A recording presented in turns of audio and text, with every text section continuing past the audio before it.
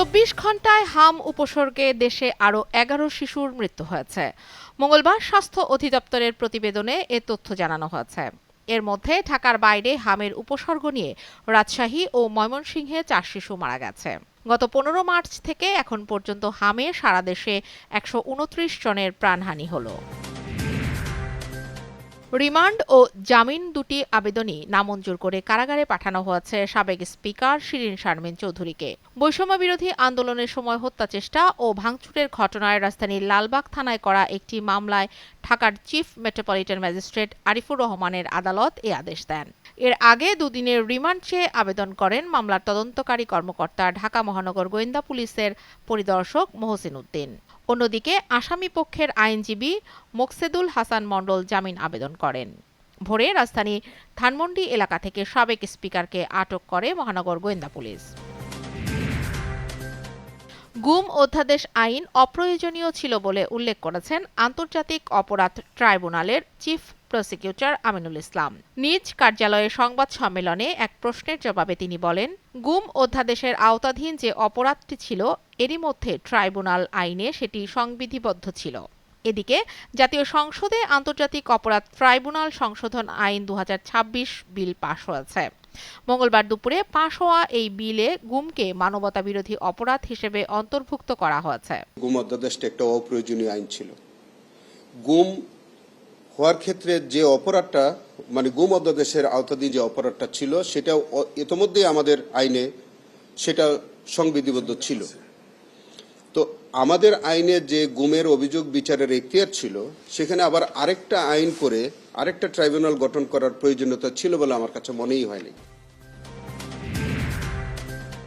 জুলাই জাতীয় সনদ অনুযায়ী রাষ্ট্র সংস্কারে অনুষ্ঠিত গণভোটের রায় বাস্তবায়নের দাবিতে সারা দেশে ৭ দিনের কর্মসূচি ঘোষণা করেছে জামায়াতে ইসলামী নেতৃত্বাধীন ১১ দলীয় জোট। দুপুরে এক সংবাদ সম্মেলনে বাংলাদেশ খেলাফত মজলিসের আমির মাওলানা মামুনুল হক জানান, ৯ এপ্রিল থেকে ১৫ এপ্রিল পর্যন্ত সারা দেশে লিফলেট বিতরণ ও গণসংযোগ করা হবে।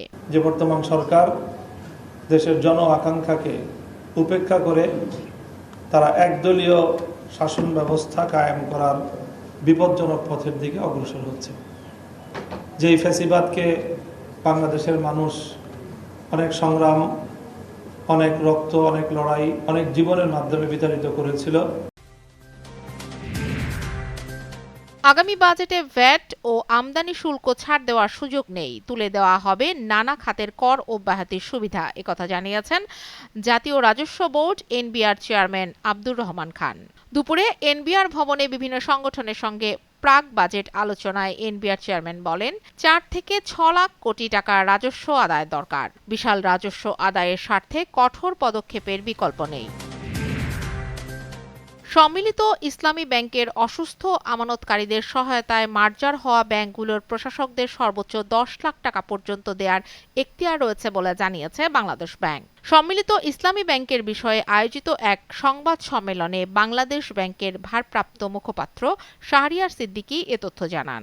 যারা কিডনি পেশেন্ট আছে বা কোনো দুরারোগ্য ব্যাধি আছে যাদেরকে পেমেন্ট করতে হয় তাদের জন্য এই টাকাটা আনলিমিটেড, অর্থাৎ তার চিকিৎসার জন্য যত ব্যয় হবে তার অ্যাকাউন্ট থেকে তুলতে পারবে। কিন্তু সেটার জন্য যে প্রকৃতভাবে উনি অসুস্থ কিনা সেই দলিলাদি যদি ওনারা দেখান তাহলে এই টাকাটা ওনারা পাবেন। ইরান যুদ্ধ শুরুর পর দেশটির ১৩,০০০-এর বেশি লক্ষ্যবস্তুতে হামলা চালানোর দাবি করেছে যুক্তরাষ্ট্রের সামরিক বাহিনী। মঙ্গলবার সামাজিক যোগাযোগ মাধ্যমে শেয়ার করা এক পোস্টে যুক্তরাষ্ট্রের সেন্ট্রাল কমান্ড এ তথ্য জানায়। পোস্টে সেন্টকম দাবি করে, ২৮ ফেব্রুয়ারি যুদ্ধ শুরু হওয়ার পর থেকে এ পর্যন্ত ইরানের ১৫৫টির বেশি জাহাজ ক্ষতিগ্রস্ত বা ধ্বংস করা হয়েছে। এদিকে যুক্তরাষ্ট্রের প্রেসিডেন্ট ডোনাল্ড ট্রাম্প হুমকি দিয়েছেন, ইরানের শাসক গোষ্ঠী মঙ্গলবার যুক্তরাষ্ট্রের পূর্বাঞ্চলীয় সময় রাত ৮টার মধ্যে হরমুজ প্রণালী দিয়ে মুক্ত চলাচলের অনুমতি না দিলে তিনি দেশটির বেসামরিক অবকাঠামো লক্ষ্য করে হামলা চালাবেন।